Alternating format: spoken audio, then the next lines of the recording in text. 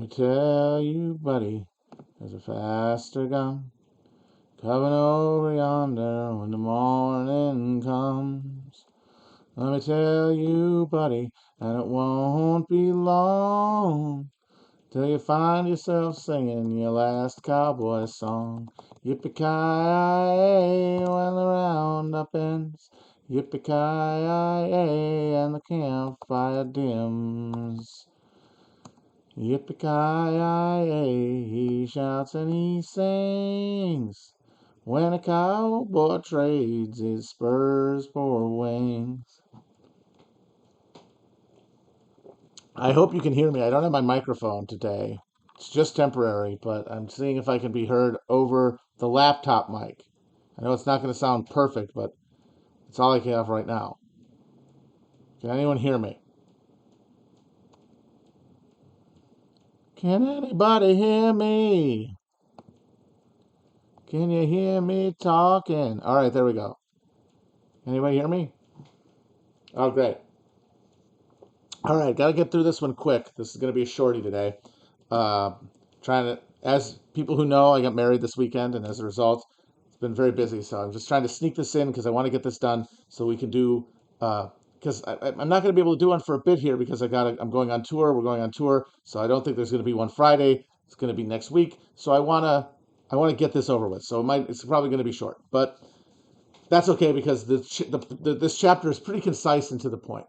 So we talked in the last chapter about how America's competing elites went from having sort of a basically unified uh, uh, goal around like a understanding of the American economy to a uh, economy dominated by individual elite structures that are that have access to so much power through their money, are able to essentially create parallel structures to dominate the state independently.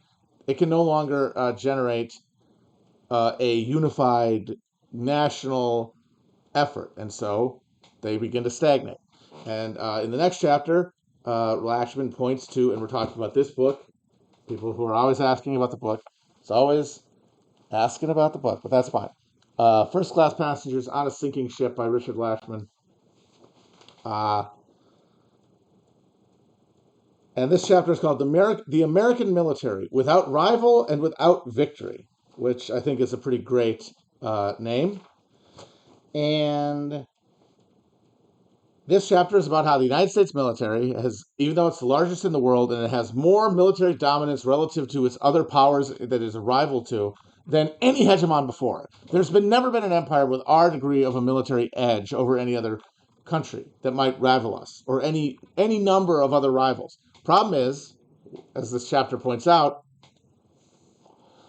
the reality of a military in conditions of, the headquarters of a capitalist world hegemony, is one that should be able to do the sort of insurgent brushfire warfare that is basically the only alternative to great power nuclear exchange in the post-nuclear era. But the actual U.S. military is incapable of actually addressing that reality.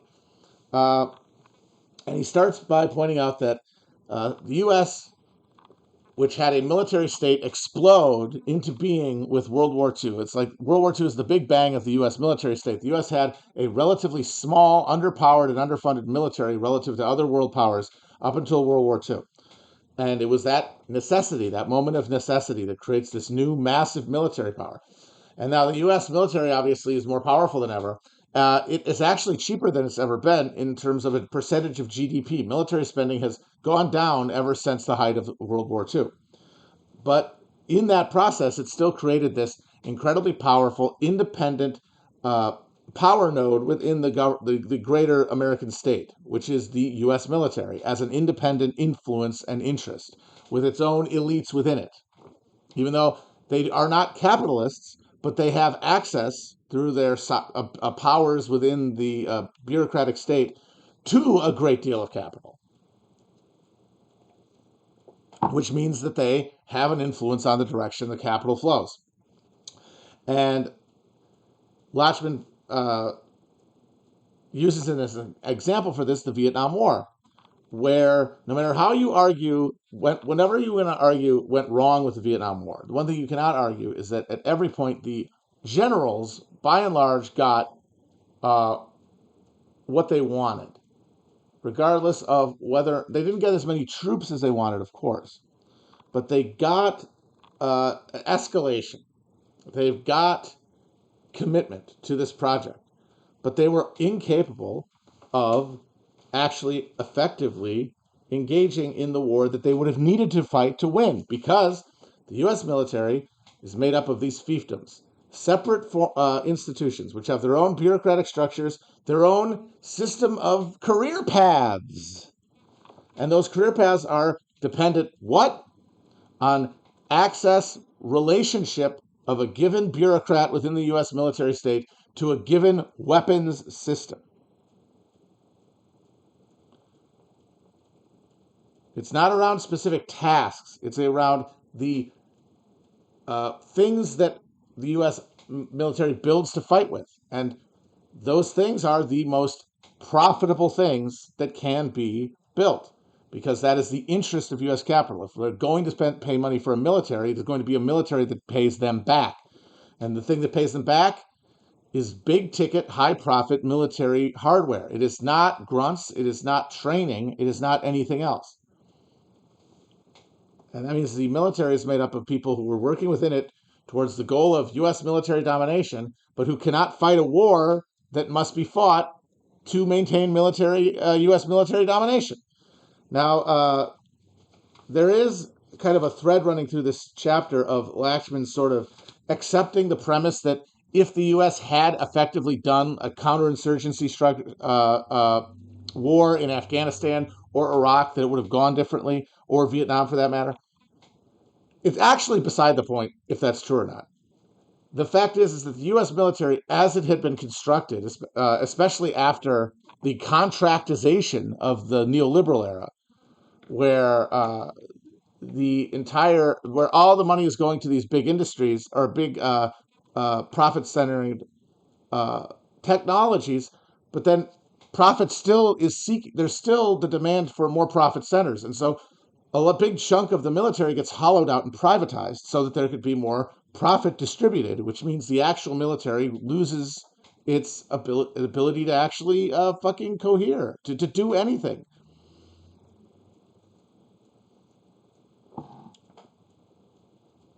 Before I go further, though, I want to read what I think is one of the bitchiest, uh,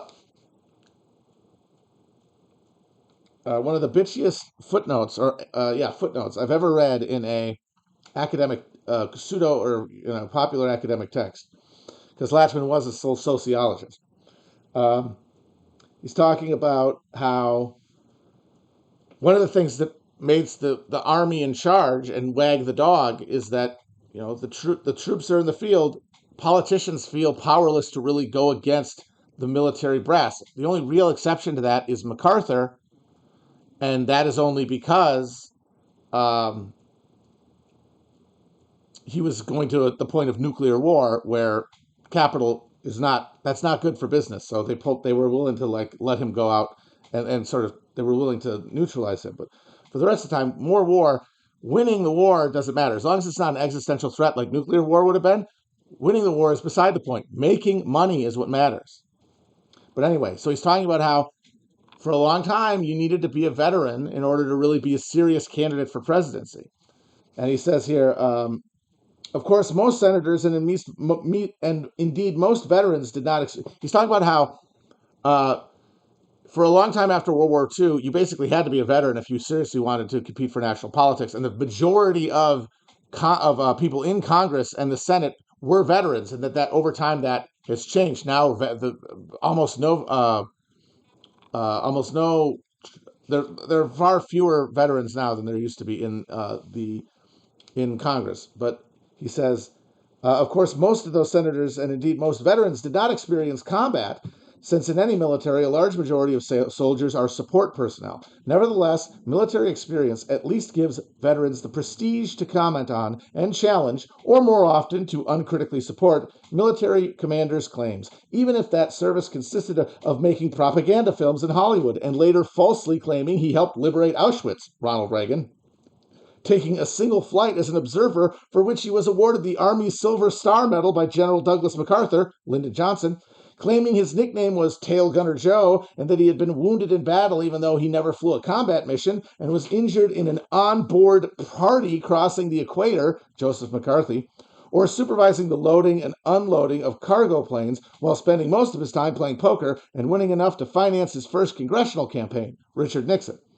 Conversely, George McGovern, who flew 35 missions as a bomber pilot during World War II and received the Distinguished Flying Cross and the Air Medal for genuinely heroic actions, rarely mentioned his military record in public. McGovern was the rare presidential candidate who was successful in combat, in contrast to John F. Kennedy, ship sank, George H.W. Bush and John McCain, shot down, or Bob Dole, ambushed. Ambushed. He got shot at Monte Cassino. Loser, folks. He's a loser. I want candidates who won at war, okay?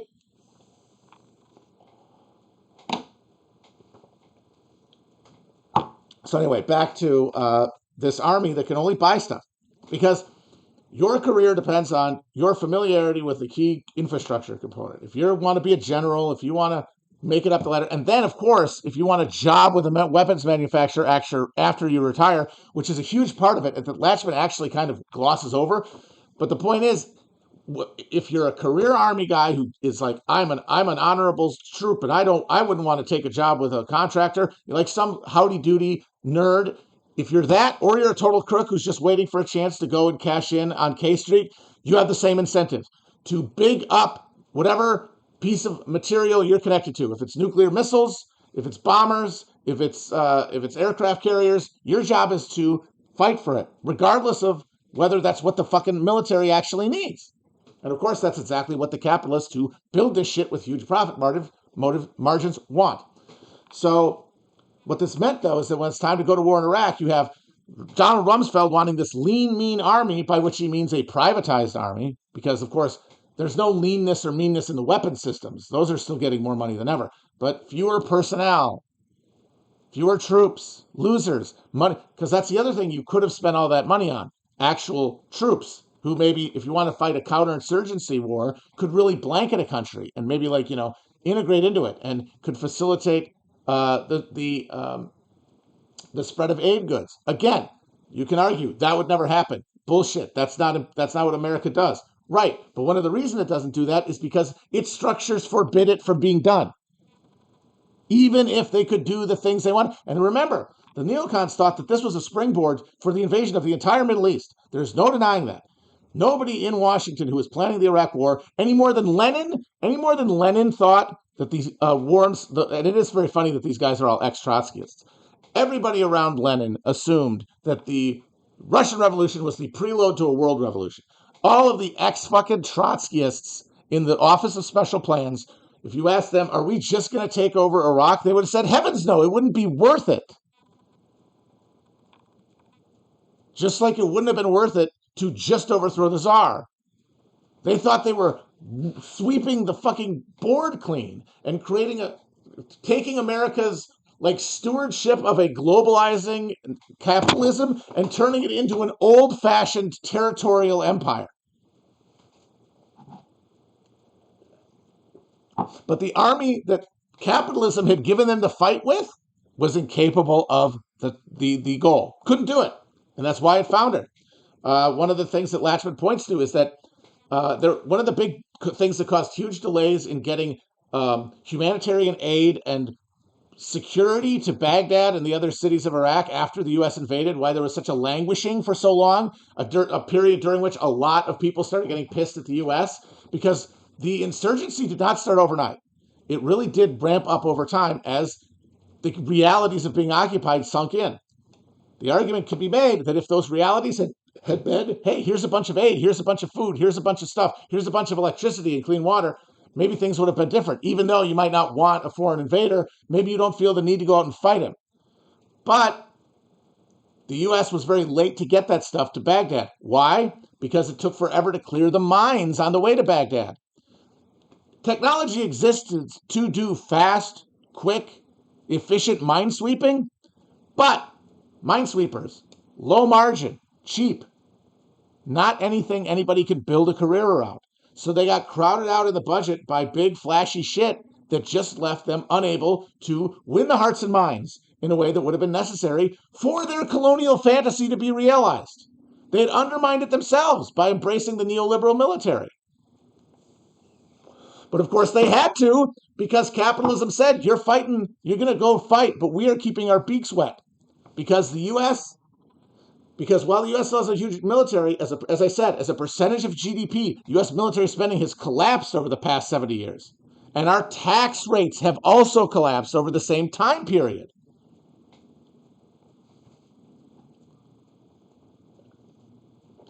So these neocons are trying to save an American empire that no longer has the political economy to sustain itself. These guys were thinking, we're going to do what old empires could do.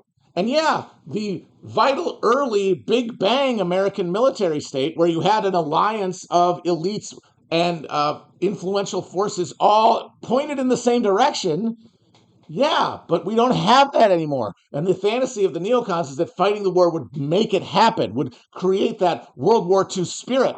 But time moves forward, and they forgot about the fucking dialectic. That's very fitting. Yeah, I feel like I'm in a Huey. I'm in a helicopter while we talk about the military. And so we want to spend less of our money on the military. We also want fewer of our troops to die. Starting with Vietnam, you have this real phobia about troops, American troops dying, and this transformation of the notion of fighting into not this heroic sacrifice, but into this awful trauma. There's a funny bit where Latchman points out that the Medal of Honor used to be given to people who killed the enemy. And increasingly, especially post-war on terror, it's begun for people who sacrifice themselves defending one of their friends, saving lives. Because we have this new, fantasy humanitarian military where the first person being saved is the troop. But that's not how an army is supposed to work. Sacrifice is built into it.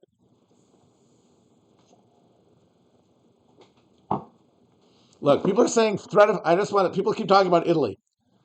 It's not good. Nothing's good. Everything's bad. But Italy is not a functioning state.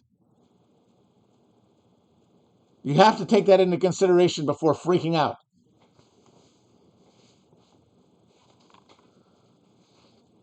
And so because it takes so long to sweep the mines, the power's out, people are dying in the streets, people are getting shot, panicked people are getting shot at checkpoints, people are getting no food, people have no fuel, it's a disaster, and then they go in and privatize everything.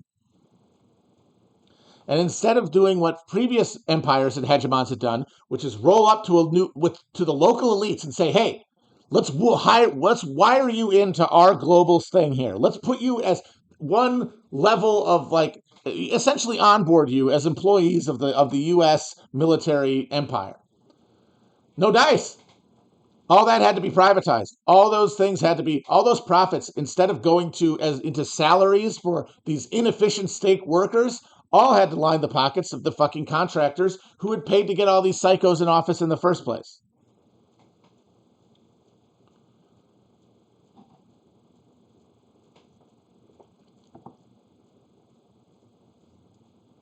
Someone says, is P2 going to reactivate? Brother, why would you assume that they ever went anywhere?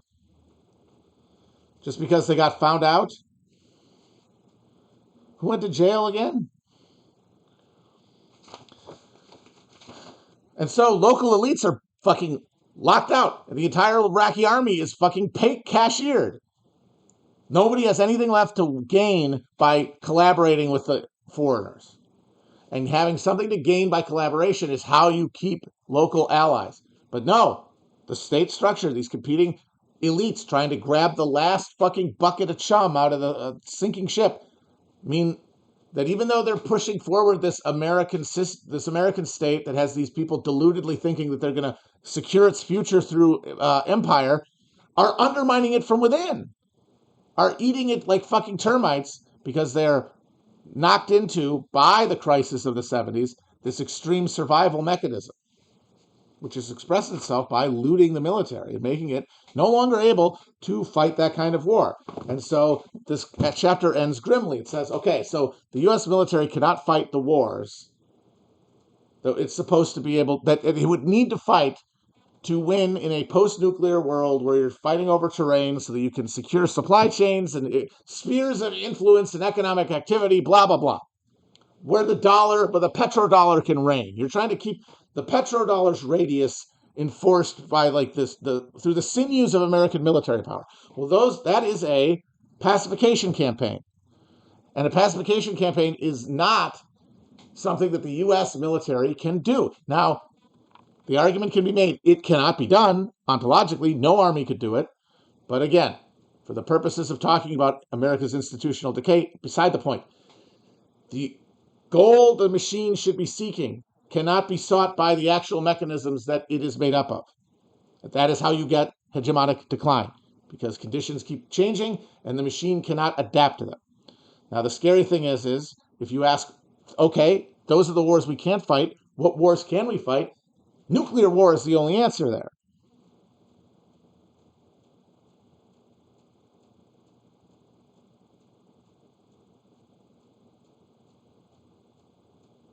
Big ticket war with a big other power that by definition would have nukes, which means war with them would inevitably devolve into a nuclear exchange. Which is, I think, scarily also the teleology of the two major political parties. I think the Democrats and the Republicans are both fixed, like existentially, to an endpoint of war with China that would become nuclear.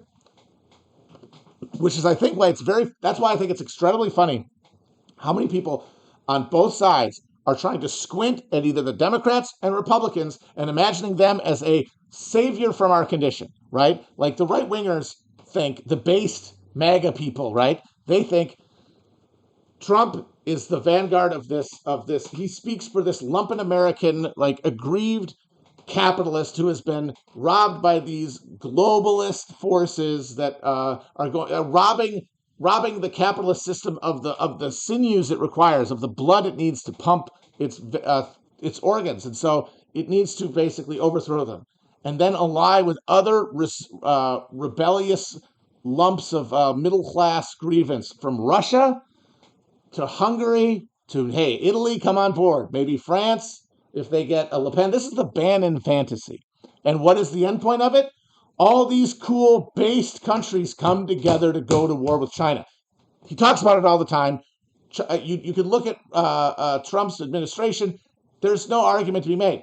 You cannot make any kind of meaningful harm mitigation argument about the Republicans. Actually, Trump is compared to the neocons, Trump is a dove. Sure, compare on the question of Russia, but Russia is a sideshow. It's always going to be China. And there are so many, and not just obviously liberals, but there are so many putative leftists. And you know what? They're leftists. It doesn't matter. It's just opinions. I'm not going to say somebody is lying about their opinions. And they really don't like Biden, and they really don't like the Democrats, and they understand how bad they are. But they also think that they are our bulwark against something much worse. They think, think about how when the Roman Empire fell, and it fell overnight in England, and a bunch of people died, and oh my God, what if that happened here? That'd be so bad. And with the idea being, it's worth it keeping the empire going to do that. And that vision, extending from the coping leftists to the heights of the World Economic Forum, is this idea of globalized capital using existing structures like NATO and the UN, building a coalition of capitalist liberal democracies to go to war with Russia and China. But of course, you could say, aha, that's worse because that's two countries. Once its nukes are involved, it means nothing.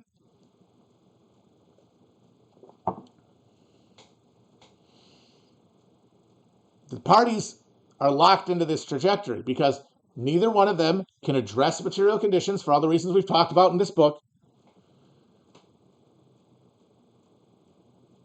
So that means things are going to get worse if we assume that, and hostility to institutions becomes worse. It either erupts into some sort of civil conflict, or somebody in charge on one side or the other decides, let's put off the civil conflict by having a good old-fashioned war. And it could start off as an attempt to just, tickle the ivories and get some nationalist spirit going. It'll eventually go in, even though you could say that's madness. Their economies are essentially interconnected. It's like going to war with yourself. The European imperial economies of the world 1914 were absolutely interconnected in a similar fashion.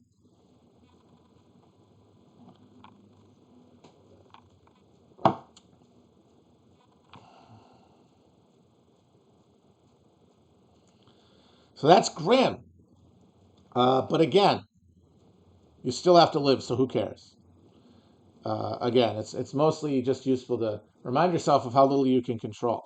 And it does remind me more than ever, really want to do a China book next. Somebody gave me a recommendation in my DMs. I forgot what it is, but I'll look it up. It's like the rise of China or something. It can't be that. Uh, that's too generic. I don't know, but I'm gonna find one sort of Chinese book to talk about exactly where China fits in here, because they're if capitalism is this like space slug that moves from host to host, it starts out kind of bubbling into existence in the northern Italian city-states before being smashed out by the Italian wars, moving up into the Rhine Valley, and then sort of settling in the estuaries of the Low Countries and southern England. Uh, how China shocked the world, I think, is a good one. I've heard is a good one. They get in there. It's by moving from polity to polity, because it has to be in a nation state, and so you go, or it has to be. It's like some sort of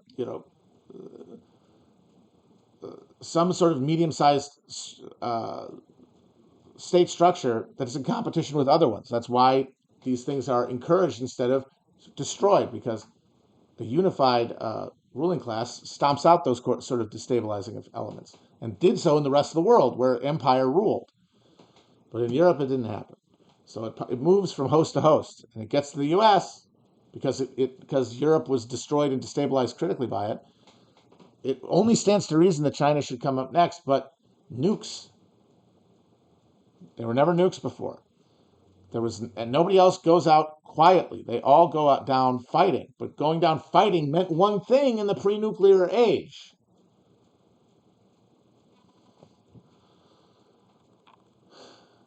All of which to say is the future is uncertain. All we got to do is live through it. And the thing is, we will, even if we don't. I know that sounds stupid, and like Yoda said it, but like I said, I got to get out of here pretty quickly. Sorry. I've been distracted. I got married. It's my birthday month. You can't be mad at me for sounding like a wishy-washy dipshit. I'm all romantic.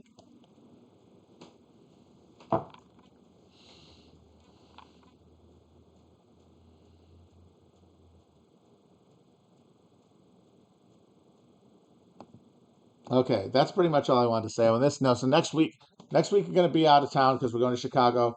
Sold out show, baby. Very happy about that. Tickets still available though for LA, New York, and Fort Lauderdale. So please buy them. Uh,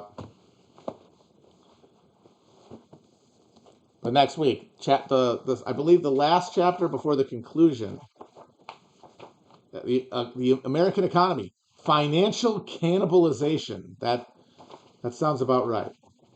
Yeah, that's the last chapter about hegemony, and then there's the last one after that. There's two chapters left, and then is there a conclusion, or just two chapters? Yeah, there's just two chapters left. So yeah, sometime after we get back from Chicago, we'll do that. All right, folks. Yes, it is the conclusion of the American economy. That's why. That's why you got to find someone to love, folks. It's the only thing that can help you through whatever is going to come and whatever you're going through now. I know that sucks because it's a rare and fragile thing, but I guess you just got to keep hope. Hope is the residue of the love that you haven't yet found. All right. Bye, folks. Peace.